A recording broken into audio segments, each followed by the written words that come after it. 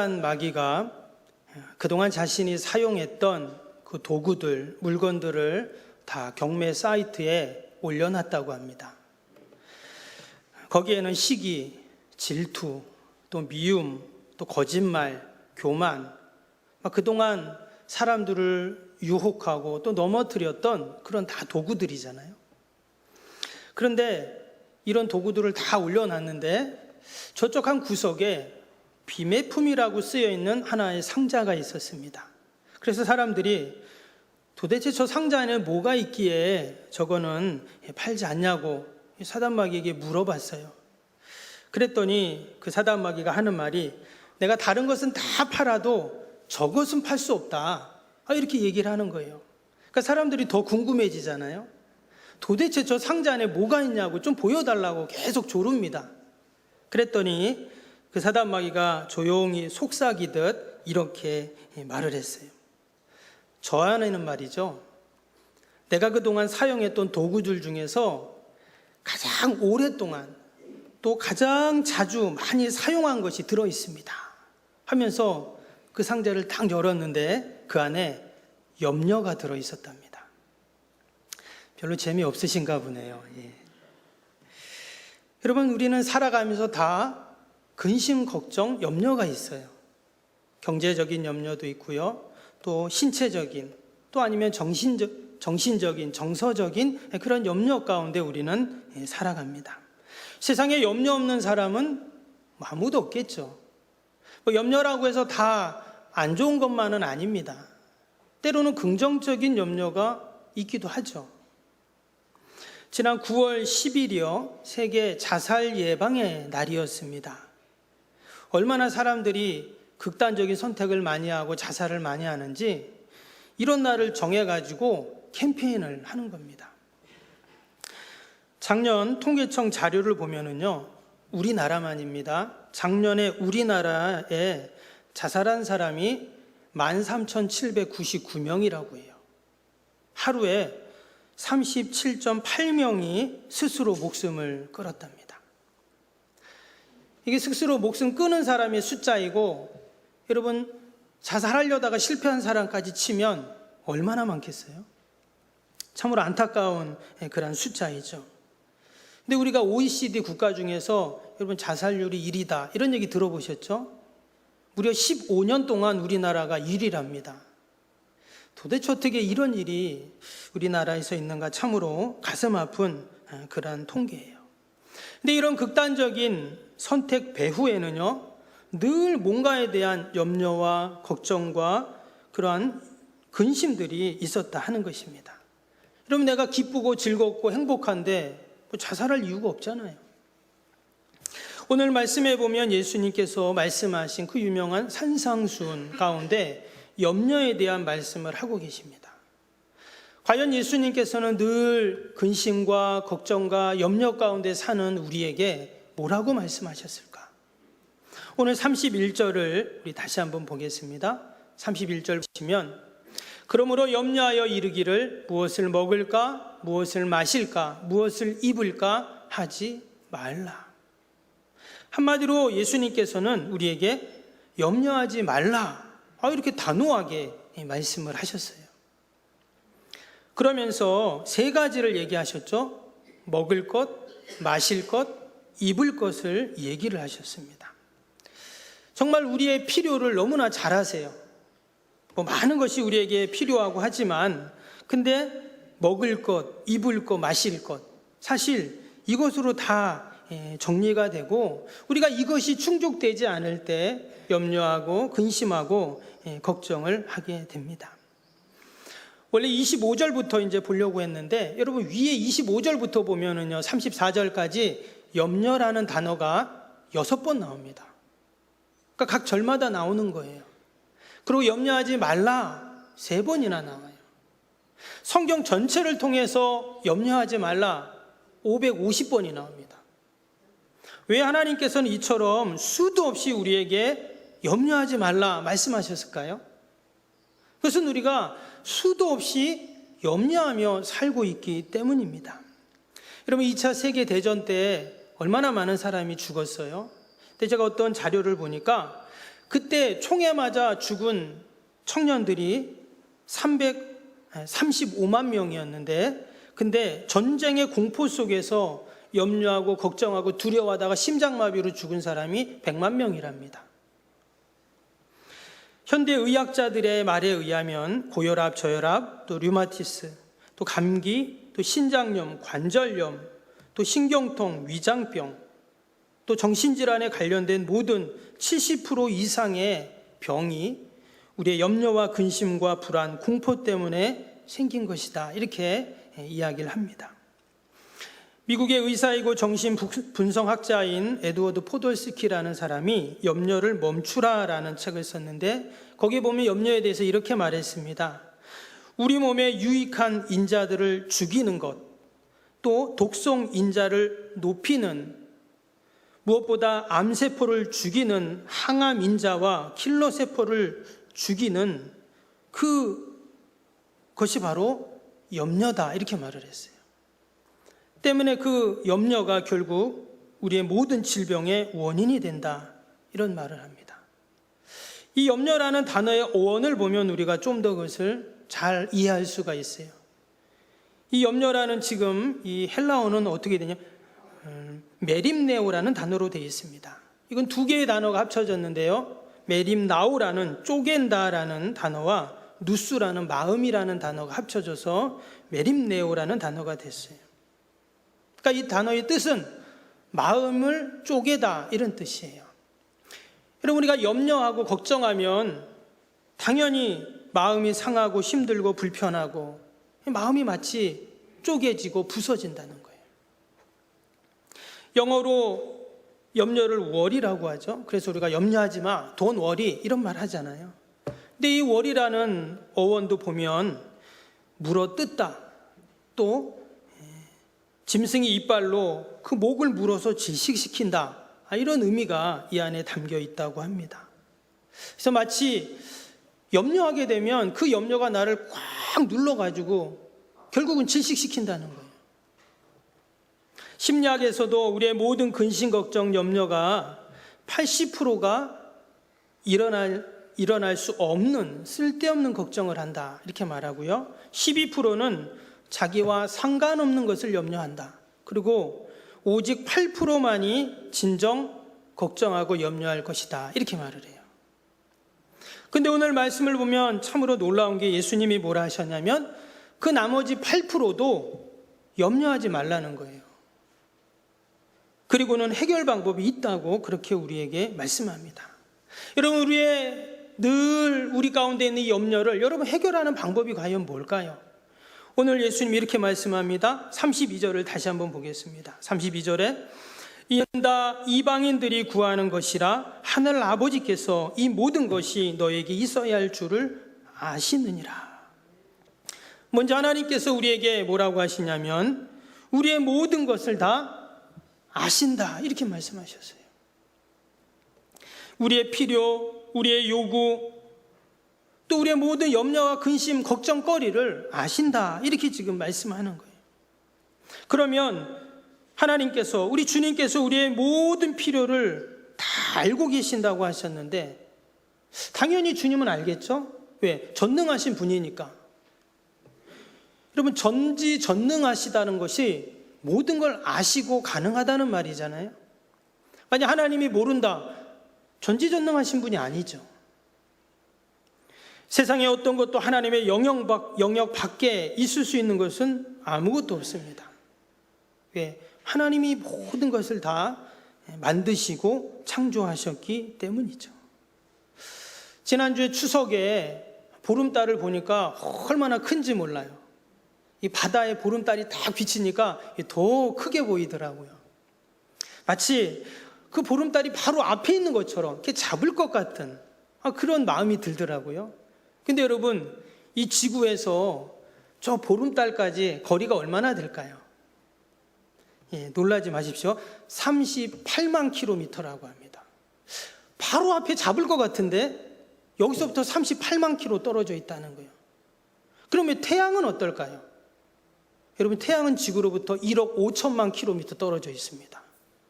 상상할 수 없는 거리예요. 만약에 그것을 100km 가는 자동차로 24시간 잠도 안 자고 밥도 안 먹고 여러분 계속 가면 어떨까요? 자동차로 가면은요, 달까지는 5개월 걸린답니다.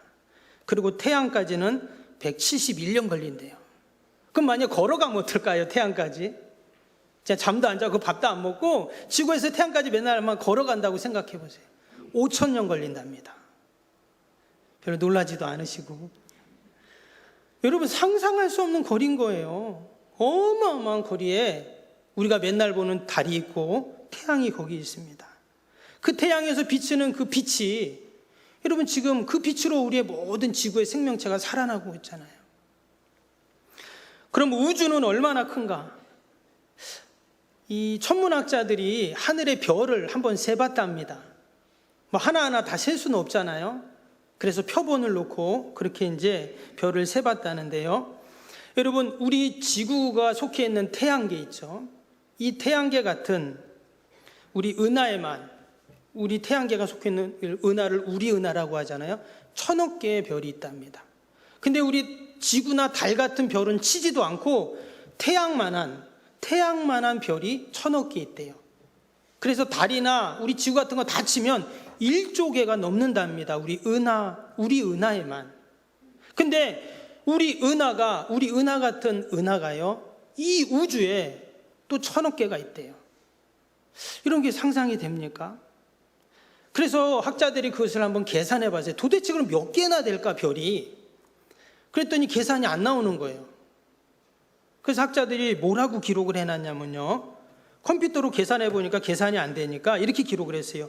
지구에 있는 모든 해변과 사막에 있는 모든 모래 알갱이 하나하나를 다 합친 숫보다 10배 더 많다, 이렇게 써놨어요. 사실 이것은 셀 수 없는 숫자죠. 근데 여러분, 이 많은 별, 그 우주를 누가 만드셨다고요? 창조주 하나님이 만드셨어요. 할렐루야. 그 전지전능하신 창조주 하나님께서 뭐라고요? 우리의 염려를, 우리의 필요를 다 아신다, 이렇게 지금 말씀하고 계세요. 그러면서 더 이상 염려하지 말라, 이렇게 분명히 말씀하고 계십니다. 오늘 32절 보니까 우리의 모든 것을 아시는 그 하나님, 우리에게 염려하지 말라고 하신 그분이 뭐라고 했냐면 하늘 아버지께서라고 하셨어요. 하늘 아버지. 그 하나님은 우리하고는 근접할 수 없는, 멀리 있는, 그냥 우리의 상상 속함에 있는 신이 아니라 아버지라는 거예요. 여러분, 아버지보다 더 친한 분이 있습니까? 아버지보다 더 가까운 분이 있습니까? 하나님 바로 우리 아버지라는 거예요. 근데 그 아버지도 그냥 육적인 혈통적인 아버지가 아니라 그것을 뛰어넘어서 하늘 아버지, 영적인 아버지, 우리의 모든 존재의 근원이 되시는 아버지라고 표현하고 계세요. 지금도 동일하게 그 하늘 아버지께서 저와 여러분들에게 말씀합니다. 염려하지 마, 걱정하지 마, 두려워하지 마, 말씀하고 계신 줄로 믿습니다. 창조주 하나님이 우리의 아버지가 되시기에 이런 우리에게 소망이 있고, 또 우리에게 길을 보여주시고, 또 우리에게 늘 믿음으로 함께 하시는 줄로 믿습니다. 시편 139편 1절에서 4절에 보면 여호와여, 주께서 나를 살펴보셨으므로 나를 아시나이다. 주께서 내가 앉고 일어섬을 아시고 멀리서도 나의 생각을 밝히 아시오며 나의 모든 길과 내가 눕는 것을 살펴보셨으므로 나의 모든 행위를 익히 아시오니 여호와여, 내 혀의 말을 알지 못하는 것이 하나도 없나이다. 여기 보니까 계속 반복되는 말이 뭐예요? 아시오니, 아시오니. 다 아신다는 거예요. 어떻게 아시냐? 13절에 보니까 주께서 내 내장을 지으시며 나의 모태에서 나를 만드셨나이다. 하나님이 나를 다 만드시니까, 조성하셨으니까, 지으셨으니까 다 아신다는 거예요. 아픔도 아시고, 생각도 아시고, 근심 걱정 염려거리도 아시고. 여러분, 다 아시는 그 하나님께서 반드시 해결해 주실 줄로 믿습니다. 사실 우리가 염려하고 걱정하는 이유가 뭡니까? 답이 보이지 않기 때문이에요. 도무지 이 문제를 해결하지 못하기 때문입니다. 당장 지금은 어려워도 만약에 이것이 언젠간 해결될 거다, 그럼 걱정 안 합니다. 근데 아무리 이 문제를 풀고 또 생각하고 또 생각해도 답이 없는 거예요. 그래서 사람들은 다 염려하고 걱정을 합니다. 여러분, 언제쯤 되면 우리가 염려 안 할까요? 죽으면 안 합니다. 더 이상 죽으면 염려하고 걱정할 필요가 없고 할 수도 없죠. 그래서 여러분, 무덤에 가보세요. 조용합니다. 근데 정말 죽으면 끝날까? 나는 없어지면 그 염려, 근심이 없어지겠죠. 근데 여러분, 이 염려라는 병은 내가 없어지면 끝나는 게 아닙니다. 마치 염려는 이 코로나 바이러스하고 비슷한 것 같아요. 여러분, 염려는 전염성이 엄청 강합니다. 절대 한 곳에 염려는 머물러 있지 않아요. 염려라는 바이러스는요, 얼마나 전염성이 강한지 마스크 써도 아무리 백신을 맞아도 소용이 없습니다. 심지어 염려라는 질병을 앓고 있는 사람 얼굴만 쳐다봐도 그 염려가 옮겨가요. 그래서 염려는 너무나 무서운 바이러스예요. 근데 오늘 예수님이 뭐라고 말씀하십니까? 염려하지 말라. 이렇게 단호하게 지금 말씀을 하고 계세요. 왜? 내가 다 알고 있다. 지금 네가 염려하고 걱정하는 걸 내가 다 알고 있으니까 염려하지 말라. 이렇게 말씀해요. 그러면서 33절 후반절에 뭐라고 하셨죠? 이어지는 말씀에 보니까 이 모든 것을 너희에게 더하시리라. 이것은 염려거리를 더한다는 말이 아니죠. 문제를 해결해 주시고 더 넘치고 풍성함으로 하나님께서 도와주시겠다. 이렇게 지금 약속하고 계십니다. 하나님의 말씀은 변개함이 없죠. 말씀하신 대로 반드시 하나님께서 더하시는, 해결해 주시는 여러분 그러한 은혜와 복이 있을 줄로 믿습니다. 시편 23편을 보면 다윗은 이렇게 고백합니다. 여호와는 나의 목자시니 내게 부족함이 없으리로다. 그가 나를 푸른 풀밭에 누이시며 쉴만한 물가로 인도하시는도다. 내 영혼을 소생시키시고 자기 이름을 위하여 의의 길로 인도하시는도다. 그러면서 밑에 5절에 뭐라고 합니까? 주께서 내 원수의 목전에서 내게 상을 차려주시고 기름으로 내 머리에 부으셨으니 내 잔이 넘치나이다. 내 잔이 넘치나이다. 부족함이 없습니다. 이렇게 고백했어요. 근데 우리가 아는 것처럼 이 시편 23편은 언제 지었다고요? 다윗이 가장 힘들 때 지었던 시입니다. 사울을 피해 광야로 이것저것 숨어 지낼 때 그가 지었던 시예요. 근데도 그는 내 잔이 넘치나이다 고백했어요. 왜? 하나님이 나의 형편을 다 아시니까, 그리고 더하시는 하나님이심을 그가 알았기에 이처럼 놀라운 믿음의 고백을 하고 있습니다. 성전에서 눈물로 기도했던 한나, 그는 어떻습니까? 결국 하나님께서 완전히 쓰러져 갈 것 같은 그 이스라엘을 구원할 아들 사무엘을 주십니다. 근데 사무엘만 주셨냐? 그렇지 않아요. 이유로 보면 세 아들과 두 딸을 더 주십니다. 아들 하나 없어서 그렇게 하나님 앞에 눈물로 날마다 성전에 와서 기도하던 한나였는데, 하나님께서 그 형편을 다 아시고 때가 되니까 아들을 셋을 더 주시고 딸을 둘을 더 주셨어요. 열왕기상 3장에 보면 솔로몬이 나옵니다. 극심한 왕권 그 찬탈의 tum바구니 속에서 결국 그가 왕이 되었습니다. 근데 그가 왕이 되어서 처음 한 일이 뭐냐? 그동안 자신을 호시탐탐 노리던 숙적들을 다 제거했냐? 그게 아니었어요. 그는 한 걸음에 기본 산당으로 달려갔습니다.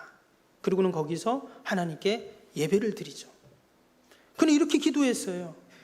열왕기상 3장 5절에 보니까 기본에서 밤에 여호와께서 솔로몬의 꿈에 나타나시니 하나님이 이르시되 내가 내게 무엇을 줄고 너는 구하라.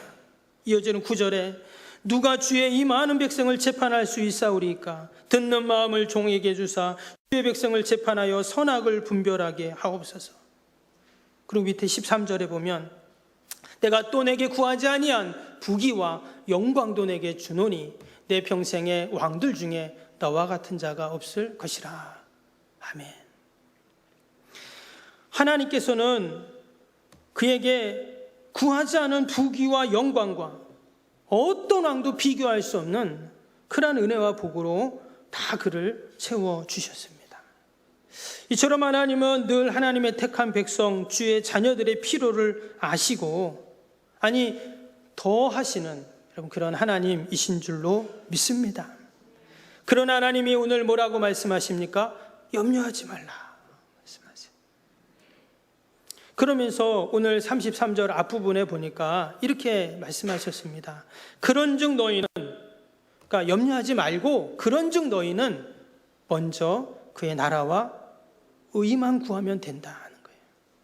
같이 해볼까요? 먼저, 한번 같이 해봅니다. 먼저 그의 나라와 그의 의를 구하면 됩니다. 아멘. 그럼 왜 하나님은 우리에게 먼저 그의 나라와 의를 구하라 하셨을까요? 우리가 하나님의 나라와 의를 구할 때 하나님을 알게 됩니다. 또 하나님의 은혜를 알게 되고, 또 내가 하나님의 나라와 의를 구할 때 염려가 사라지기 때문입니다. 아무리 내가 염려하지 않아야지, 그래 하나님이 아신다고 했으니까 염려하지 말아야지, 근데 돌아서면 또 염려하죠. 여러분 집에 가보세요. 그러면 또 염려합니다. 또 자녀 걱정, 또 뭐 걱정, 뭐 근심, 또 염려가 계속, 마치 파도가 계속 밀려오도 또 염려가 찾아와요. 여러분 어떻게 염려하지 말라고 하셨는데 염려, 근심, 걱정 안 할 수 있습니까? 먼저 그의 나라와 의를 구하면 그 염려가 사라진다는 말씀이에요. 그럼 목사님, 정말 하나님 나라와 의를 구하면 염려가 사라집니까? 예, 지금 예수 믿게 말했잖아요.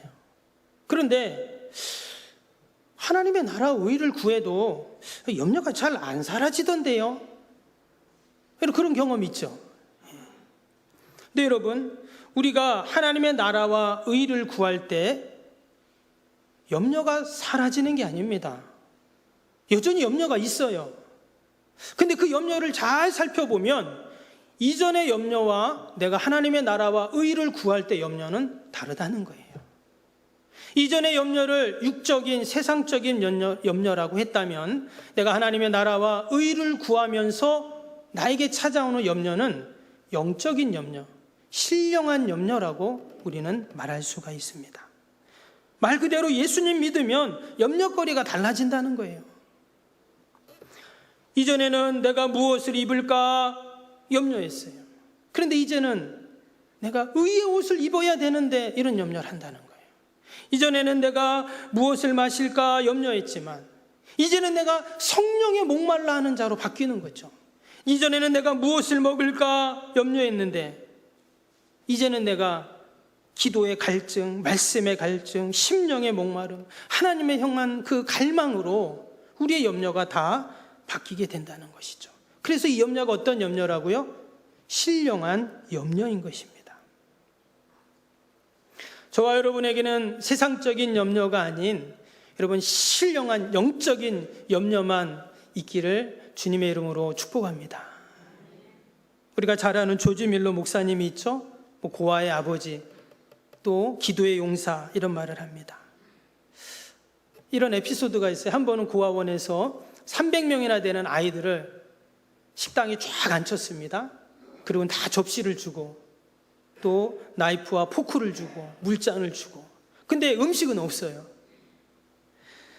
그리고는 다 아이들한테 눈을 감아라. 그리고는 이 조지 밀러 목사님이 식사 기도를 합니다. 기도는 간단했어요.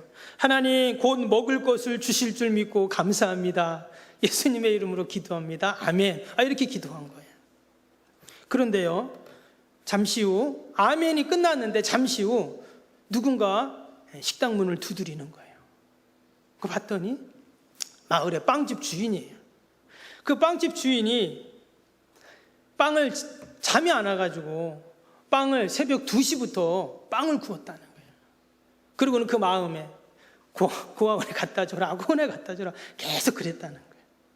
그래서 그 빵을 따뜻한 빵을 다 짊어지고 고아원에 온 거예요. 그리고 조금 있다가 또 누군가 또 문을 두드리는 거예요.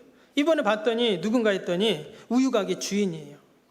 하는 말이, 지금 곤란한 일이 생겨서 좀 도와주세요 그러면서 우유를 싣고 가던 수레바퀴가 빠져가지고 고장이 났는데 이 수레바퀴를 고치려면 우유를 다 빼내야 된다는 거예요. 내가 돈 안 받을 테니까 아이들한테 다 우유 주라고 이렇게 얘기를 하는 거예요.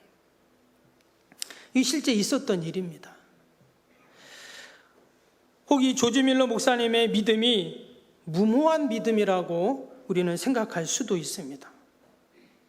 빵도 없고 우유도 없는데 아이들은 다 안치라고 기도하면은 온다. 무모하게 여길 수도 있어요. 근데 여러분, 매일같이 염려하고 근심하고 걱정하며 사느니 무모한 믿음이 낫습니다.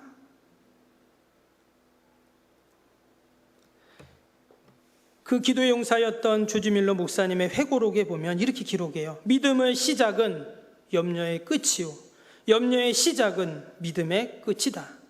너희가 염려하느냐? 너희의 믿음은 죽을 것이고 너희의 믿음을 추구하느냐? 너희의 염려가 죽을 것이다. 빌립보서 4장 19절에 보면 나의 하나님이 그리스도 예수 안에서 영광 가운데 그 풍성한 대로 너희 모든 쓸 것을 채우시리라 했습니다. 하나님은 우리의 모든 쓸 것을 채워주신다 분명히 약속하셨어요. 영국의 스펄전 목사님이 10년을 염려하는 것보다 차라리 10분 기도하는 편이 낫다 이렇게 말을 했어요. 지금은 고인이 되셨는데요, 미국의 복음주의 개혁자 중에 아주 유명한 강의 설교자였던 그 제임스 몽고메리 보이스라는 목사님이 있습니다. 이분이 쓴 책 중에 그 내용 중에 이러한 내용이 있어요. 1세기 그 초대교회죠. 그때 티테오디스